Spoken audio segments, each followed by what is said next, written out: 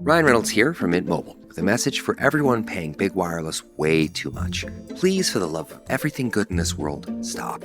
With Mint, you can get premium wireless for just $15 a month. Of course, if you enjoy overpaying, no judgments, but that's weird. Okay, one judgment. Anyway, give it a try at mintmobile.com/switch. Upfront payment of $45 for 3-month plan, equivalent to $15 per month required. Intro rate first 3 months only, then full price plan options available. Taxes and fees extra. See full terms at mintmobile.com. Are you a forward thinker? Then you need an HR and finance platform that thinks like you do. Workday is the AI platform that helps propel your organization, your workforce, and your industry into the future. Workday, moving business forever forward. Military murder is an independent project and is not endorsed by the Department of Defense or any military component. The views expressed are those of the host. The content of this podcast is not meant to be legal or medical advice. Warning, this episode contains graphic details of murder and is not suitable for young listeners. Listener discretion is advised.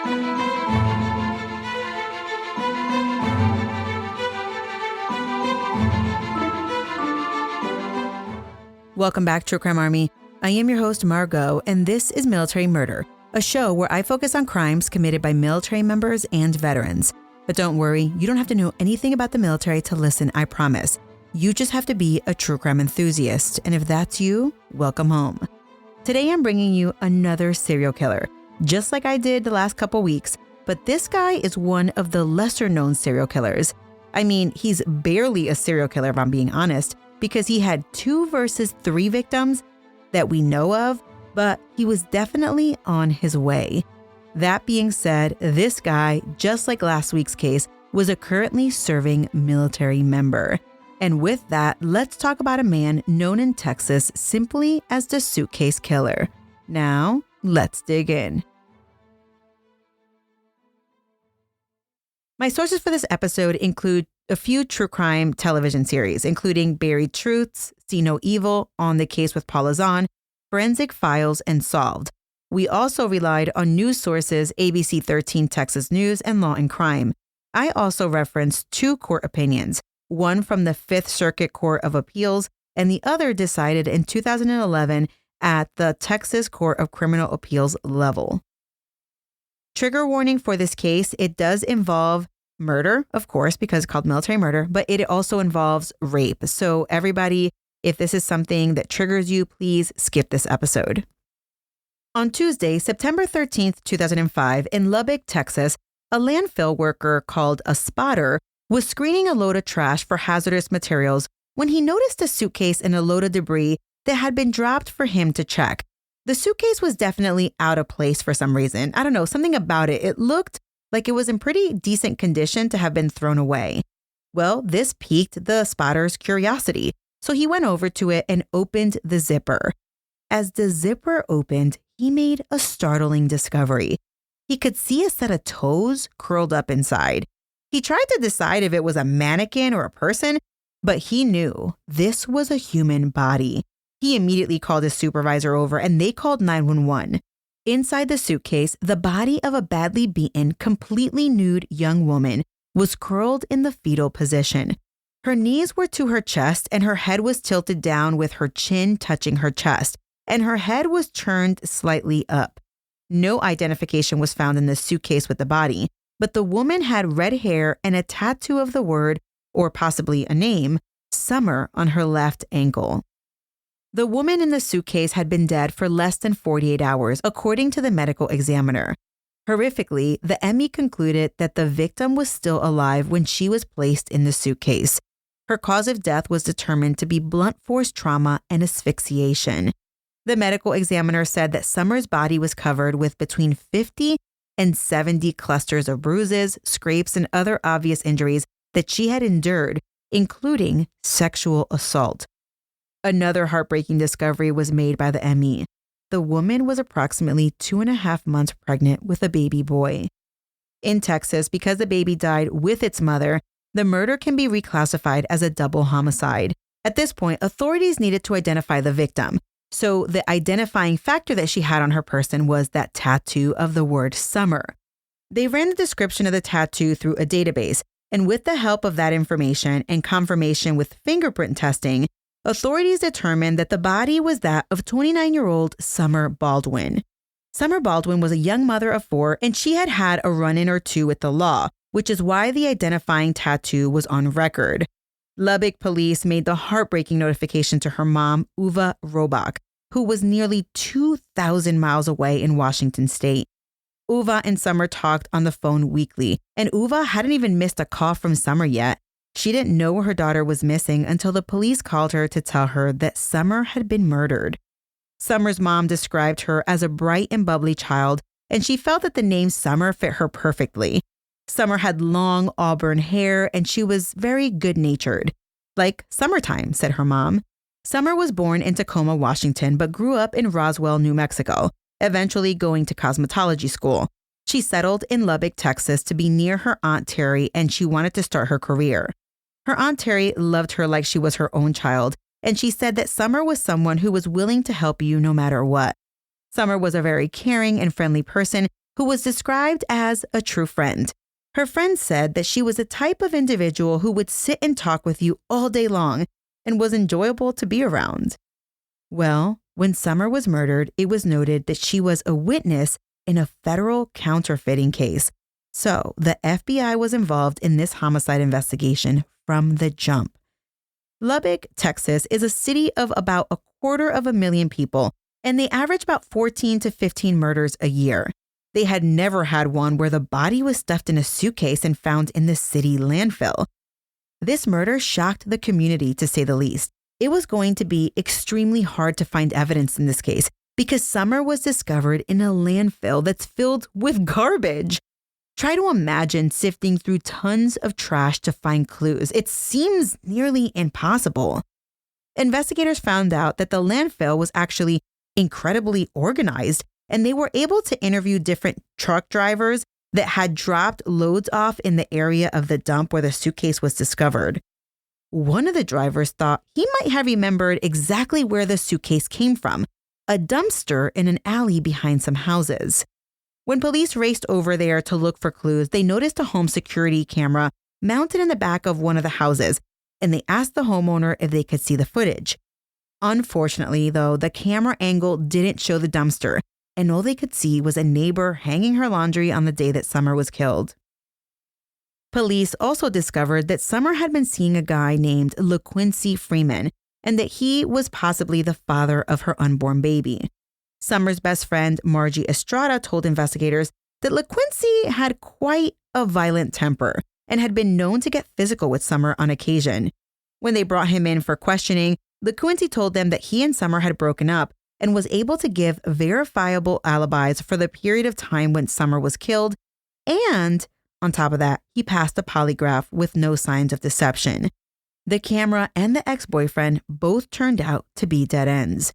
But Margie gave police a small lead. She told them that she remembers that she ran into Summer late on Sunday, September 11th at the 7-Eleven. Summer was in a red pickup truck, and she was with a clean-cut, light-skinned Latino. Margie described him as having a military-style haircut.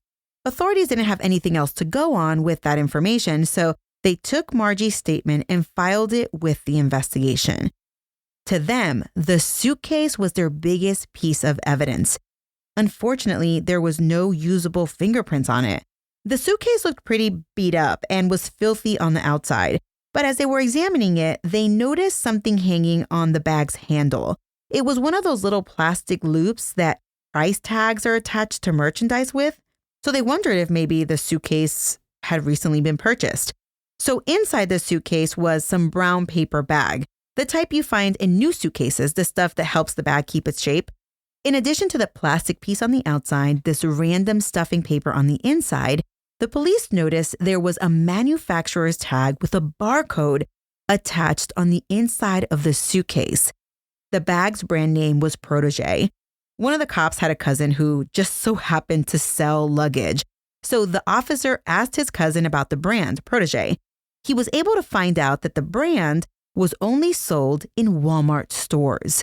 The detective beelined to Walmart, found an identical suitcase with an identical barcode on it. At Walmart, he also found a helpful employee that saw the barcode and was like, hey, Walmart's point of sale system could give you a list of all sales that were made of that item. Well, when they searched it, the records showed that 2 of the protege suitcases had been sold during the time that Summer was last seen. They pulled up the sales information for this suitcase and saw that one of the sales was made in the afternoon at about 4 p.m. It says between 3 and 4 p.m. When they checked the video surveillance footage, they determined the person buying the suitcase was, a middle-aged white woman who just looked like she was going on vacation. The other suitcase, however, was purchased at 3:30 in the morning, on the morning that Summer was killed. When detectives asked to see surveillance footage, they saw that the person who purchased the suitcase was a Latino man wearing a bright green polo shirt. And when he left the store, he put the suitcase in a red pickup truck. The Walmart point of sale system is pretty spot on. Not only could they pull up when and where something was purchased, but they could also tell you what other items were purchased with that item. And in this case, the buyer also purchased latex gloves. What in the world? First of all, who goes to Walmart at 3 o'clock in the morning, buys a suitcase and latex gloves? But listen, y'all, not just that. The person who bought the items also used his debit card. I can't even make this stuff up. So police obtained a federal subpoena to get the information of the card holder. The name on the card was Rosendo Rodriguez. He was a 25-year-old Lance Corporal in the U.S. Marine Corps Reserve, and the police learned that he was actually in Lubbock that weekend for some military training. Police also identified him in that distinctive green and white striped shirt on surveillance footage from the parking lot, putting the suitcase into a red pickup truck and driving away with it. So they pulled the debit card transactions and discovered that the card was used to rent a red pickup truck. While red pickup trucks are a dime a dozen in good old Texas, this guy was looking more and more like a good suspect. Summer had been seen with a man in a red pickup truck at 7-Eleven earlier that night. Before he bought the suitcase and latex gloves, he also spent $18 using the debit card at a 7-Eleven the same day Summer disappeared. Well, across the street from the 7-Eleven was a hotel. Authorities paid this hotel a visit. They showed them a picture of Rosendo, and a front desk attendant recognized the picture. They said that guy rented a room here. She remembered that he rented the room, but he rented the room under a different name, albeit it's a similar name. He booked the room under the name Thomas Rodriguez. Remember, his name is Rosendo Rodriguez. This particular hotel used the electronic credit card style room keys. And with this room key, every time someone unlocks their room, it's logged. So the police pull the audit log for the room registered to Rodriguez, and the records pulled from the Holiday Inn showed that Rodriguez entered the room at 1 a.m., which coincided with the time that Summer was seen at 7-Eleven. He also keyed in again at 3:46 a.m., which was about 15 minutes after he purchased the suitcase.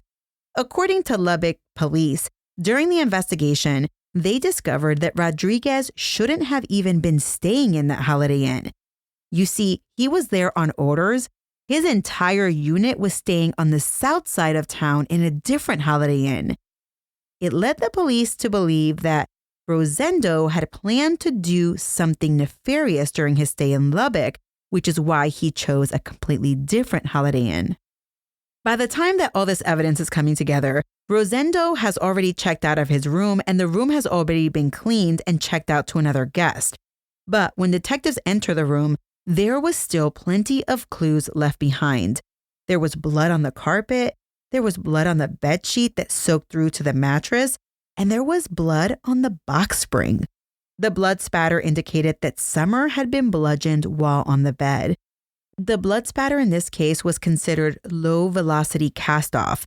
Now, low-velocity cast-off is going to be in a bigger pattern than what's found with high-velocity cast-off. This tended to show investigators that the blood spatter was consistent with being beaten with hands. In addition to all of this evidence, down the hall from Rosendo's room, there was a trash can. Inside the trash can, the police found a plastic bag from the Holiday Inn. Inside that bag was a Walmart bag. Inside the Walmart bag was those used latex gloves and the Walmart receipt for those latex gloves and the suitcase. When authorities went to search for Rosendo, he was no longer in Lubbock, but police were able to track him to a Greyhound bus station where he loaded and was heading towards San Antonio. According to reports, he had texted a selfie to one of his girlfriends saying, quote, "I miss you and love you tons," end quote. In the picture that he took, he was wearing the same green and white striped polo shirt that he wore to Walmart a few days earlier.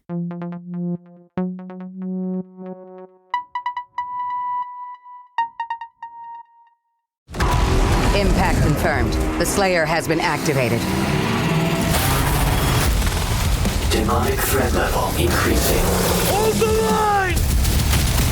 All the power of hell cowering before one man. id Software presents Doom, The Dark Ages. Available now on Xbox Series X and S, PlayStation 5, and PC. Rated M for mature. 5 immersive worlds, one amazing theme park. Get ready to explore the all-new Universal Epic Universe, featuring the wizarding world of Harry Potter, Ministry of Magic, Super Nintendo World, How to Train Your Dragon, Isle of Berk, and Dark Universe. Epic Universe, now open at Universal Orlando Resort. Our universe will never be the same. Tickets and packages on sale now at universalorlando.com. Police tracked Rosendo down to his parents' house in San Antonio, approximately 400 miles from Lubbock. When police initially looked at Rosendo Rodriguez, they looked at him and they didn't feel as though he was a likely suspect. He had been to college, he was in the military, and he had no criminal record. The Texas Rangers provided surveillance of the house, however, for Lubbock, while they were getting together a probable cause affidavit and getting an arrest warrant. Once the arrest warrant was issued, the Rangers, who were waiting outside his house, swooped in when he stepped outside. They handcuffed Rosendo and stuffed him into the back seat of a police car. Rosendo didn't resist arrest. He just calmly followed the Rangers' orders. Lubbock police arrived shortly after and took custody of Rosendo and returned him to Lubbock. The funny thing, Rosendo never asked why they were arresting him. I mean, if you were being picked up by police, wouldn't you want to know why they were slapping cuffs on you? 3 days after Summer's murder, Rosendo Rodriguez was charged with 2 counts of murder, one for Summer Baldwin and one for her unborn baby. And with the charges, Rosendo refused to speak to police without his attorney present. Coincidentally, Rosendo's father was a well-known criminal defense attorney in Wichita Falls. He had been practicing law for over 30 years. So, who is Rosendo Rodriguez? Well, we don't know a whole lot, except that his dad was a high-powered defense attorney. Rosendo had 2 sisters and had a family history of bipolar disorder, tyrannical behavior, alcoholism, and pain medication abuse, which I believe many of these are traits used to describe his father. But after requesting an attorney, Rosendo didn't stay quiet forever, because about a month after his arrest, Rosendo was ready to talk to police. Accompanied by his lawyer, Rodriguez made a statement. In his statement, Rosendo said that it was he who killed Summer, but he claimed it was self-defense. His version of the story was that he finished training for the day and he happened upon Summer walking down the street crying. He asked her if everything was okay and offered to allow her to come to his hotel and clean up. She did, and then he dropped her back off. The following night, they bumped into each other again, and he took her back to his room at the Holiday Inn, where they engaged in consensual sex. Afterwards, Rosendo started to get agitated when, according to him, Summer lit a crack pipe. After he told her to cut it out, he alleged that Summer took out a pocket knife and came at him when he was near the bathroom. Describing the knife in his own words, he said it was, quote, one of those little yellow fold-out ones, end quote. Rosendo said that his military training immediately kicked in. He grabbed Summer's arm that was holding the knife and he pulled it over her throat, telling her to let it go and drop the knife. Then he said he put Summer in a chokehold. He described a grunting sound that Summer made as he was holding her in the chokehold, probably because he was, choking her. After he realized that she had stopped moving, he dropped her to the ground. He checked her pulse and said she wasn't breathing.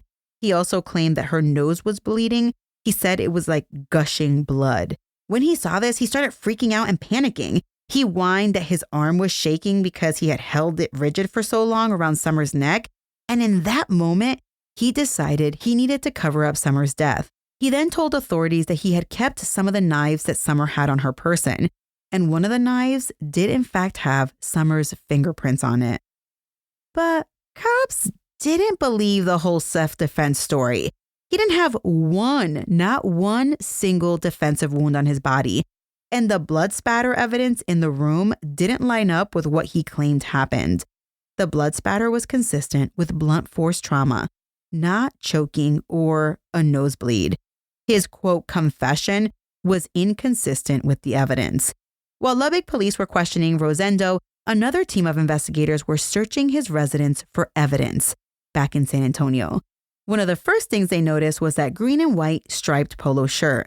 They also seized a computer from his bedroom, and what they found on that computer was a ton of evidence that indicated that Rosendo was very active online trying to meet girls. Something else they found were searches on news sites, specifically searching for the name Summer Baldwin. He even had to register for an account with the Lubbock News to see the news articles. But while authorities are searching Rosendo's search history, authorities found something else that made the hair on the back of their necks stand straight up. Rosendo had been searching news sites for Joanna Rogers, a 16-year-old girl who had gone missing in the middle of the night from her house in Lubbock, Texas. This happened 18 months earlier.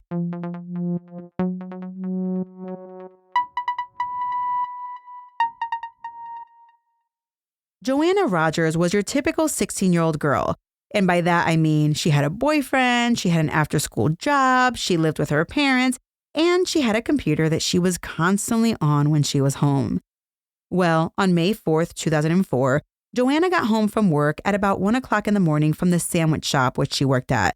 After getting home, Joanna spoke to her parents briefly about some inappropriate comments that one of her coworkers was making towards her. They questioned her more about the comments, but Joanna said, "It's okay, I want to take care of it." Then she kissed her parents goodnight and went to her room.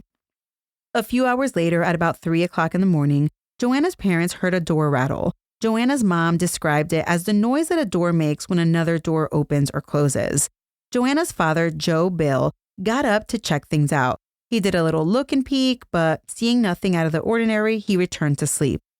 Then, hours later at 7 a.m., the family was up. Joanna had a dental appointment, but she was still nowhere to be seen. So, Kathy, Joanna's mom, went to check on her, and that's when she saw that Joanna was missing. Kathy knew that something was wrong. None of Joanna's clothes were missing. Her keys were there, her car was there, her purse was there, her cell phone was there. I mean, honestly, what teenager doesn't have their cell phone with them? Kathy started calling all of Joanna's closest friends asking if they knew where she was. But no one had a clue, including Joanna's boyfriend, Marcus Lee. He had seen her the day before, but hadn't heard from her since.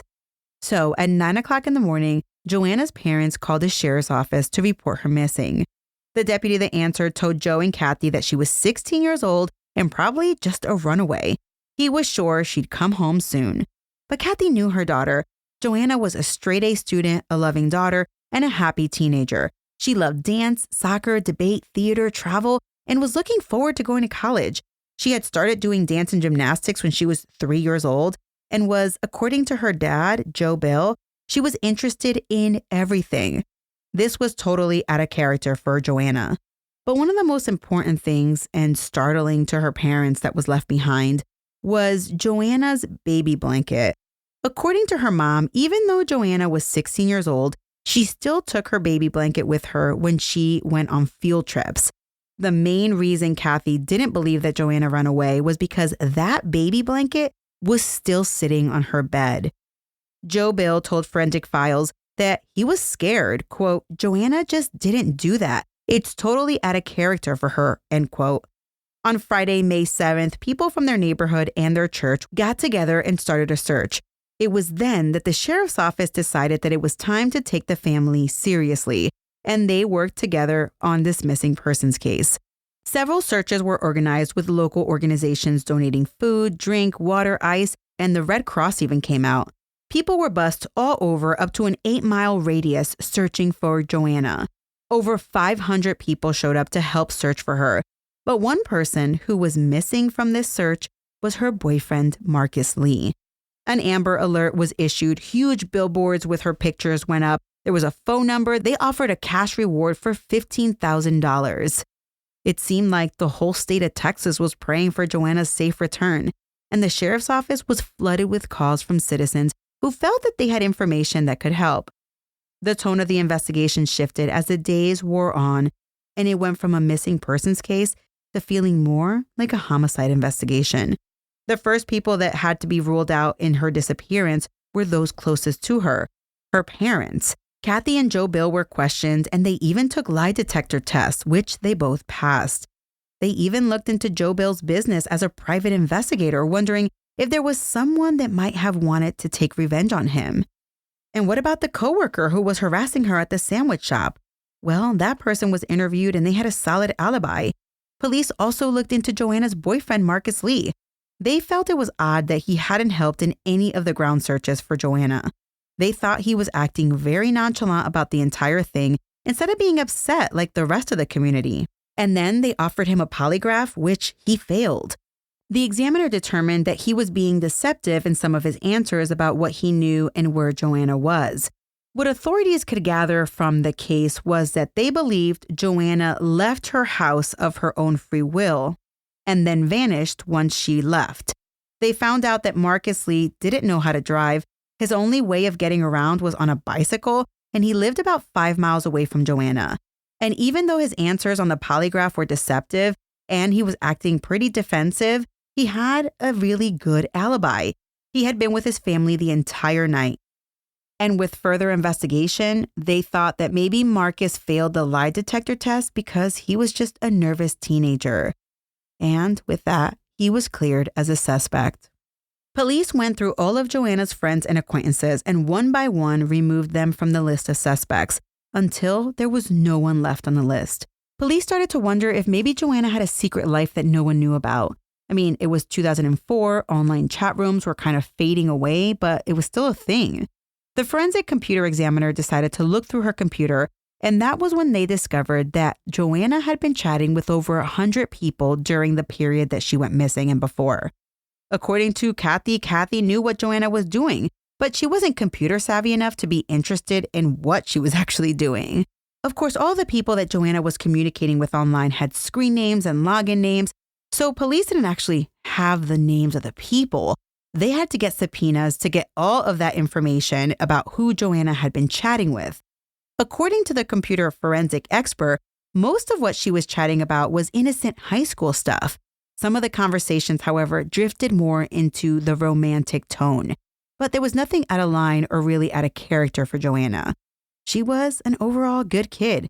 But as police started tracking down some of her online friends, a lot of them turned out to be grown-ass men. Police went out in teams and they worked off of lists of people to talk to. Even with subpoenas and all that gumshoe police work, there were several of her online friends that police weren't able to track down. Eventually, all of their leads dried up.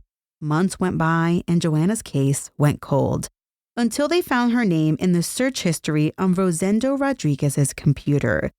The Lubbock police had contacted nearly everyone on the list that was from Joanna's chats on her computer. But are you ready for this? Rosendo Rodriguez was one of the men on that list that they had never questioned. When they had tried to contact him to interview him months earlier, he was on military orders on a training assignment out of state and wasn't available. Authorities saw that Rosendo was a military man. What were the odds that he'd have anything to do with the disappearance of a 16-year-old girl in Lubbock, Texas? So they basically put his name at the bottom of the list, and they never got back to him.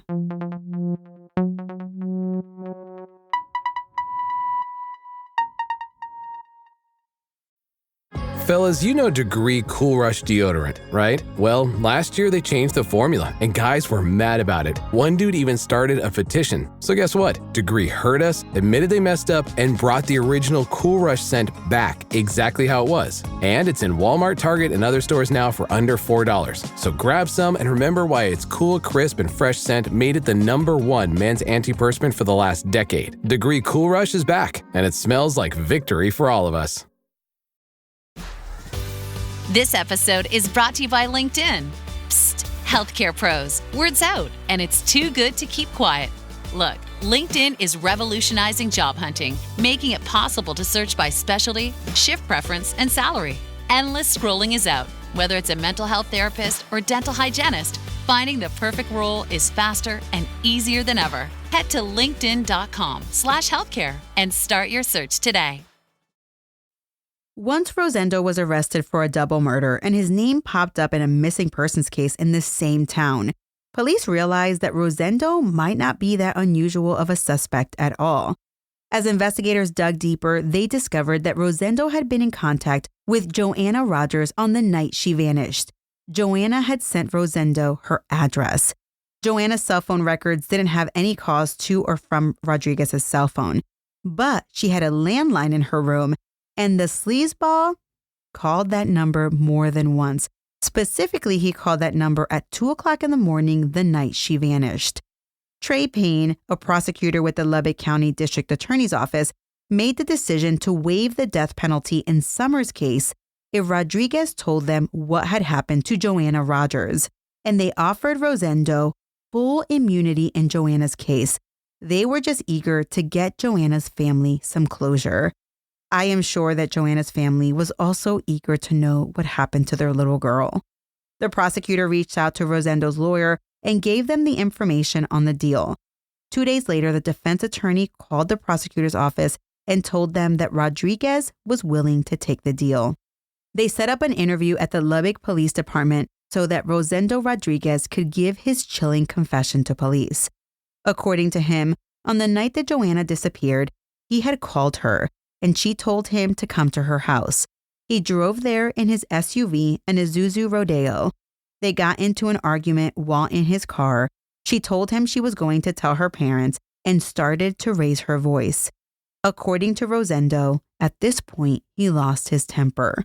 Rosendo Rodriguez detailed the horrific crime to police in a taped interview, stating, quote, "I lost my temper and I just put my hands around her throat. I choked her," end quote. As he said this, he put his hands together, making a choking motion. The detective asked a clarifying question about if she was facing him, and he said they were facing each other. This means that Rosendo looked into that child's eyes as he killed her. He continued, quote, "And after that happens, she became lifeless," end quote. The detective countered, quote, "What do you mean as far as lifeless?" end quote. Rodriguez gestured his hands towards his throat and answered, quote, she's not breathing," end quote. He strangled 16-year-old straight-A student Joanna Rogers to death in the back of his SUV. He then drove to his apartment and got a suitcase. Then he stuffed Joanna's body inside of the suitcase, twisting her body into the fetal position. This is all so sickeningly familiar, isn't it? After the interview, Rosendo showed the authorities where he threw the suitcase with Joanna's body inside. This mother put that sweet, innocent 16-year-old's body into a suitcase and dumped it into a dumpster like she was trash. By this point, that suitcase was long gone. It was in the landfill somewhere. Could she be there like Summer was? It was an overwhelming task. The city's landfill was 1,260 acres of trash, roughly the size of 3 football fields. Can you imagine? That massive amount of space was now their crime scene. Now, here's something you may not have known. Landfills are actually super organized. The landfill manager, in this case, his name was Brian Chapa. Brian Chapa went back and he was able to tell authorities exactly where trash from a specific area in town was located in a landfill. And with that, police got to work. Police were able to secure $120,000 in state and local funds to search for Joanna's body in the landfill. Hundreds of volunteers searched the specific grid area where they believed Joanna's body had been dumped. But remember, she had been missing for 2 years at this point. Now they had 250,000 tons of trash to dig through. The grid location they were searching was about a 200-yard square, but according to the manager, she was probably about 45 feet down. One of the detectives that was interviewed for Forensic Files said the smells were horrendous. I mean, imagine taking a deep sniff of your dumpster, but multiply that by 10,000, and then on top of that, the Texas heat. Her family was overwhelmed that total strangers, hundreds of them, were willing to dig through 250,000 tons of garbage trying to find their daughter's body. The search went on for 12 weeks. The family and police, they realized they might have to face the possibility that they may never find Joanna's body. The volunteers were in rat and disease-infected trash day after day. Eventually, at some point, the $120,000 they had secured had basically dried up. On literally the last day they were searching, which was day 59, months into digging up the Lubbock City landfill, they decided to make a last-ditch effort using 4 massive front-end loaders.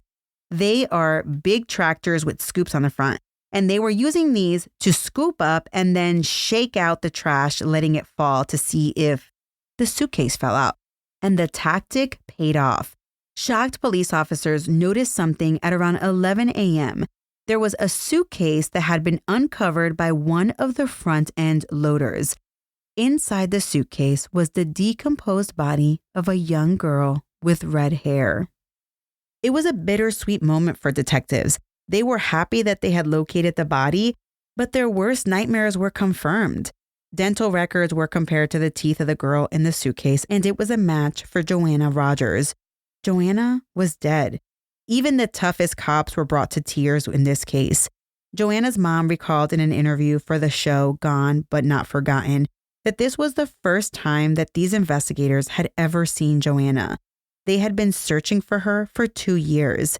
She went on to emotionally describe how the cops never left Joanna's side. They stayed with her remains until she could be put to rest. Kathy told Paula Zahn, quote, "The relief was so great when we found her because I knew I wasn't going to have to drive by a big grove of trees and say, oh, maybe I should have looked there," end quote. She went on, quote, "or think that maybe there was one poster I should have put up," end quote. She quietly finished saying, quote, "The search was over, she was home, and that meant more to me than anything," end quote. Now, if that doesn't get you in the feels, I don't know what will. Rosendo Rodriguez was the scum of the earth, and when I tell you what he did next, you're going to quite literally scream at the phone. That deal he made with the prosecutor, the deal that he would confess to Joanna Rogers' murder and they would take the death penalty off the table for Summer Baldwin's murder, if the deal had gone through, Rosendo would have not received the death penalty. But when it came time for him to plead guilty for the crimes against Summer, which, by the way, he led them to the body and then passed a polygraph test, when it came time for him to plead guilty for the crimes against Summer, he and his defense team did a 180 and backed out of the deal. What the what? Oh, yes. And it gets worse. Not just did they back out, his poor attorney said that this case was like no other he'd ever worked. In October of 2006, they walked into court expecting to plead guilty, but in some ridiculous circus tomfoolery, Rosendo Rodriguez didn't understand anything people were telling him. Like, this guy was straight like, "Come again now? What did you say? Who am I? Why am I here?" Okay, I may be exaggerating a tad bit with those last two, but you get the picture. And since that was the case, that deal about the remove the death penalty, he pled guilty, well, that deal was off.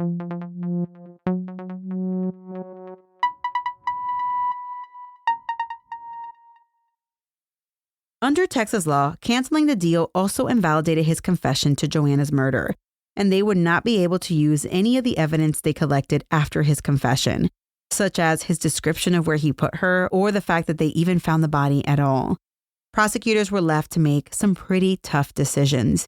They had a mountain of evidence against Rosendo Rodriguez for Summer's murder, including Summer's DNA on the latex gloves and her DNA being matched to the blood found in his hotel room. But sadly, there was very little evidence that they could use in a case for Joanna's murder. Assistant Prosecutor Trey Payne told Paula Zahn that there was, quote, not enough to go forward at a beyond a reasonable doubt standard. We didn't have enough evidence, end quote. So they decided to not prosecute Rosendo for Joanna's murder, and they went after him for Summer and her unborn child's murder. Since Rosendo had revoked the plea deal that he had entered, that meant the death penalty was back on the table. The defense filed for a change of venue, and with the agreement of the prosecutors, they moved the trial about 100 miles north of Lubbock to Randall County in Canyon, Texas. Rosendo's death penalty trial began in March of 2008. Prosecutors in this case did not hold back. Rodriguez had to face his victims' families in the courtroom, because even though Joanna's murder wasn't being prosecuted, her family was still at that trial. Summer's mom, Uva Robeck, she was also there, and she burned a hole in Rosendo, never taking her eyes off of him for a second. She said in her interview with On the Case with Paula Zahn, quote, I wanted to see what an evil person looked like, end quote. During the trial, the defense tried to claim that Summer had consensual sex with Rodriguez and then tried to rob him. During his taped confession that they played for the jury, Rodriguez described his fabricated timeline of events, adding in that Summer pulled a knife on him and demanded that he give her his wallet. During the trial, he sat unemotional, like it was no big deal, just another day in the park. He loved being the center of attention with all the cameras on him. Prosecutors presented an overwhelming amount of evidence against him over the course of the 5-day trial. He couldn't deny any involvement in Summer Baldwin's death. DNA doesn't lie, Rosendo. It just doesn't lie. Summer's DNA was a match to the blood found in his hotel room at the Holiday Inn. It was also found on the outside of the latex gloves found in the doubled up plastic bags in the trash can in the Holiday Inn. Her DNA was also found on the inside of the gloves, mixed in with his DNA. His DNA was also a match to what was taken from Summer's rape kit. Boom, they had him. Multiple women also testified that Rodriguez had raped them, including his high school girlfriend. I do want to go into some of these cases just briefly because many people tend to brush off sexual predators, but this guy is the perfect example of a monster that might have been stopped dead in his tracks if his victims weren't afraid to come forward. His first victim was his high school girlfriend that said that while their relationship was at times consensual, he was rough. He failed to stop when she told him to stop, and he full-on forced himself on her many times. One time, he pushed her across a bed, dragged her from the house to his car, and attempted to force her into the car. The girl ended up staying with him out of fear of what he would do if she broke up with him. But thankfully, they lost contact after high school. Another victim met Rosendo in college. She was in the sister sorority to his fraternity. One night after a party, he forced himself on her, despite her pleas for him to stop. The girl was so drunk she passed out, and when she woke up, he was still there, and he told her not to tell a soul for fear of getting kicked out of the fraternity. On a separate occasion, he tried to incapacitate her and pull her pants down, but she managed to get away. The same year as his second victim, Rosendo found his third victim as she was pledging for the same sorority. Everything was consensual, albeit secretive at first, but like his high school victim, at times he would force sex on her and he would become very evil and violent. She was also afraid to break up with him. Then there was another sorority pledge who became one of Rosendo's victims. She was waiting until marriage to have sex, and Rosendo appeared to be respectful of that request, even going as far as meeting her parents. But then this young lady found out that Rosendo was a two-timing SOB, so she went to his place to confront him. He told her he only had eyes for her, and he got her to believe him. But as she got up to leave his apartment, he blocked her exit, then forced himself on her despite her pleas for him to stop. After it was all said and done, the jury left to deliberate and returned in just 3 short hours. On April 1st, 2008, they found Rosendo guilty of capital murder. Count 1 was murder in the course of committing aggravated sexual assault. Count 2 was the murder of 2 or more persons. Because in Texas, Summer's unborn baby was counted as a life that he ended. Sentencing followed. The judge sentenced Rosendo to death for the murder of Summer Baldwin and the son she carried. Although the verdict and sentence were for them and not Joanna Rogers, both families felt a sense of justice was had from the result of the trial. Kathy Rogers said, quote, "I believe justice will be served when he's dead," end quote. She went on to say she still misses the part where she and Joanna would have gone to the theater or dance recitals, and she wanted to share with her daughter all the things they had already shared together. A parent's pain never stops. Summer's mom told Gone But Not Forgotten that, quote, "I couldn't have been happier. It was like he got what he really deserves because he did. He deserves the death penalty for what he's done," end quote. Kathy also told the same show, quote, "I think they all scored a victory when Rosendo was caught and sentenced to death because it's not just the 2 young ladies that were killed. It could have been many, many more," end quote. On Tuesday evening, March 27th, 2018, which was the day after Rosendo's 38th birthday, Rosendo was led to the death chamber following a last-ditch appeal to the U.S. Supreme Court. They rejected his appeal less than 30 minutes before his scheduled execution. When the warden asked if he had any final words, Rosendo defiantly spoke for 7 whole-ass minutes, like anybody cared what he had to say. During that time, he never once apologized to the families of his victims who were there to witness his execution. ABC 13 quoted some of his words, quote, "The state may have my body, but they never had my soul," end quote. During his rant, he said, quote, "Lastly, I want everyone to boycott every single business in the state of Texas until all of the businesses are pressed to stop the death penalty," end quote. But his real last words were, quote, "I fought the good fight. I have run the good race. Warden, I'm ready to join my father," end quote. Prison officials then injected him with a lethal dose of the sedative pentobarbital. 22 minutes later, Rosendo Rodriguez was dead. Joe Bill, Joanna's dad, said that an apology from Rodriguez, quote, "wouldn't have made a bit of difference. He just cared about himself, just a sociopath," end quote. Summer's mom said that Rodriguez, quote, "went to his maker and he's got justice now," end quote. Rosendo Rodriguez was described as an intelligent, charismatic person that people were drawn to, but he was also a bold-faced liar. He lied about what happened with Summer and Joanna. He killed both of those young ladies in cold blood, just for the sake of killing.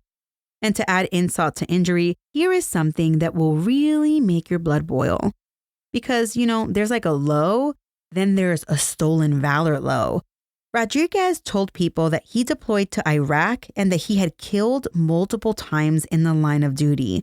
He claimed to have killed a young girl once and even claimed to have had sex with multiple Iraqi girls. But guess what? He never deployed, ever. His unit confirmed that he never deployed.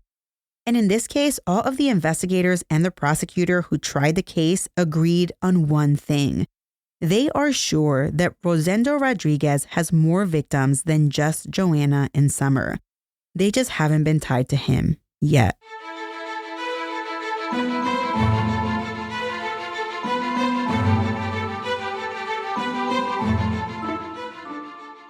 This is a case that I rarely hear about in, true crime podcast circles, but it is clearly well known by IDTV and Oxygen because there are a ton of TV shows, which I already listed at the top of this show.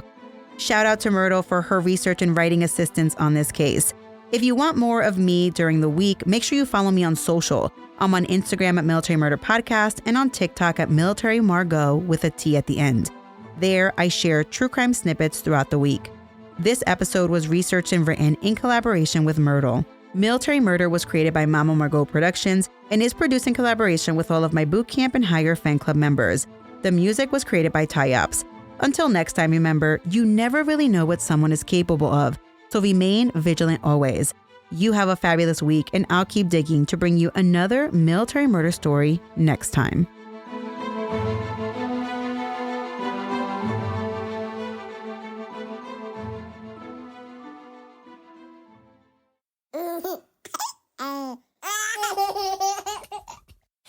Mama's working on her podcast. I don't want to.